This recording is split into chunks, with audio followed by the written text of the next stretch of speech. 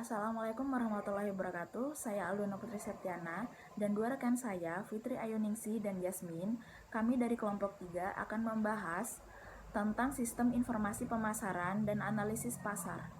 Baik, untuk poin yang pertama, saya akan menjelaskan sistem informasi pemasaran. Sebenarnya sistem informasi pemasaran itu seperti apa sih?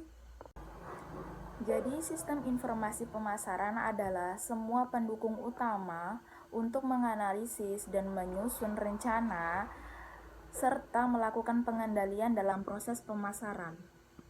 Sistem informasi pemasaran juga memiliki laporan internal. Laporan internal sangatlah penting karena laporan kegiatan operasional perusahaan yang meliputi laporan mengenai pesanan semuanya terdapat dalam laporan internal. Dan laporan internal sangat diperlukan oleh manajer pemasaran untuk dapat menemukan peluang dan masalah yang penting. Kemudian ada sistem intelijen pemasaran. Sistem intelijen pemasaran itu seperangkat prosedur dan sumber yang digunakan oleh para manajer untuk memperoleh informasi harian mengenai perkembangan di lingkungan pemasaran. Selanjutnya, saya akan menjelaskan poin kedua, yaitu analisis lingkungan pemasaran. Pentingnya memahami lingkungan pemasaran, yaitu untuk mendorong serta mampu menghadapi ancaman dan mengambil peluang yang ada di dalam lingkungan pemasaran untuk selalu menganalisis lingkungan perusahaan yang selalu berubah. Analisis pendukung keputusan pemasaran terdiri dari pengumpulan data, sistem peralatan, dan teknik yang terkoordinasi. Baik, untuk poin yang ketiga akan dilanjutkan dengan rekan saya Jasmine. Silahkan saudara Jasmine. Assalamualaikum warahmatullahi wabarakatuh. Perkenalkan, nama saya Jasmine. Saya akan melanjutkan penjelasan dari saudari Alduna Putri mengenai bab 3 Sistem Informasi Pemasaran dan Analisis Pasar. Poin 3 yaitu faktor pembeli. Faktor-faktor yang mempengaruhi perilaku pembeli ada beberapa faktor. Yang pertama, faktor budaya. Faktor budaya memiliki pengaruh yang luas terhadap perilaku berbelanja konsumen.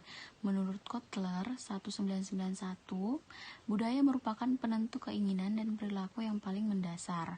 Selain budaya, faktor lainnya yaitu subbudaya. Menurut Kotler 1991, yaitu bahwa setiap budaya terdiri dari subbudaya yang lebih kecil, memberikan banyak ciri-ciri dan sosialisasi khusus bagi anggota-anggotanya. Sedangkan faktor sosial menurut Kotler, kelas adalah pembagian masyarakat yang relatif homogen dan permanen yang tersusun secara hierarkis dan memiliki anggota dengan nilai-nilai minat dan perilaku yang serupa. Faktor kedua yaitu faktor sosial. Perilaku seorang konsumen dapat dipengaruhi oleh faktor sosial. Menurut Kotler 1991.2156, faktor-faktor sosial tersebut meliputi kelompok acuan, keluarga, serta peran dan status sosial. Kelompok acuan menurut Kotler 1991.2166 yaitu seorang terdiri dari semua kelompok yang memiliki pengaruh langsung, tatap muka atau tidak langsung terhadap sikap atau perilaku seseorang. Keluarga adalah organisasi pembelian yang paling penting dalam masyarakat. Menurut Kotler, anggota keluarga merupakan kelompok acuan primer yang paling mempengaruhi terhadap pembelian. Pemasar perlu menentukan anggota mana yang biasanya memiliki pengaruh yang lebih besar dan memiliki bermacam-macam produksi. Faktor ketiga yaitu faktor pribadi atau personal factor. Karakteristik pribadi dapat mempengaruhi keputusan untuk membeli suatu produk. Menurut Kotler 1991.2170,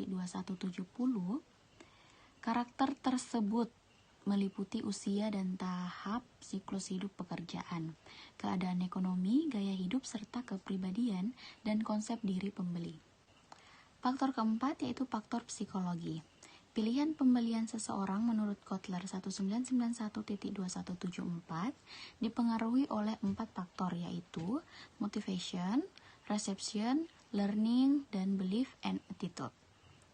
Motivasi menurut Kotler 1991.2174 yaitu bahwa motif adalah kebutuhan yang cukup mendorong seseorang bertindak, sedangkan pengertian persepsi menurut Kotler 1991 garing 176 yaitu proses bagaimana seseorang individu memilih organisasi dan menginterpretasi masukan-masukan informasi untuk menciptakan gambaran dunia yang memiliki arti. Sekian penjelasan dari saya. Assalamualaikum warahmatullahi wabarakatuh. Oke, Assalamualaikum warahmatullahi wabarakatuh. Perkenalkan, nama saya Fitri Ayuningsi. Perwakilan dari kelompok 3 akan mempresentasikan poin keempat, yaitu analisis pasar konsumen. Pasar konsumen ini terdiri dari semua individu dan semua rumah tangga untuk membeli atau memperoleh suatu barang atau jasa untuk dikonsumsi secara pribadi. Nah, pada pasar konsumen ini terdiri atas tujuh pertanyaan. Yang pertama yaitu siapa yang ada di pasar, mengapa pasar itu membeli, siapa yang berperan penting serta dalam pasar. Yang kelima, bagaimana pasar itu melakukan pembelian. Yang keenam yaitu kapan pasar membeli dan di mana pasar membeli. Selanjutnya, pada poin kelima yaitu analisis pesaing. Nah, langkah-langkah untuk menganalisis pesaing terdiri atas 4 bagian. Yang pertama yaitu mengidentifikasi semua pesaing. Yang kedua yaitu identifikasi strategi-strategi pesaing. Yang ketiga yaitu penentuan tujuan pesaing. Yang keempat yaitu menilai kekuatan dan kelemahan pesaing. Oke, sekian dari kelompok kami. Lebih dan kurangnya mohon dimaafkan. Wassalamualaikum.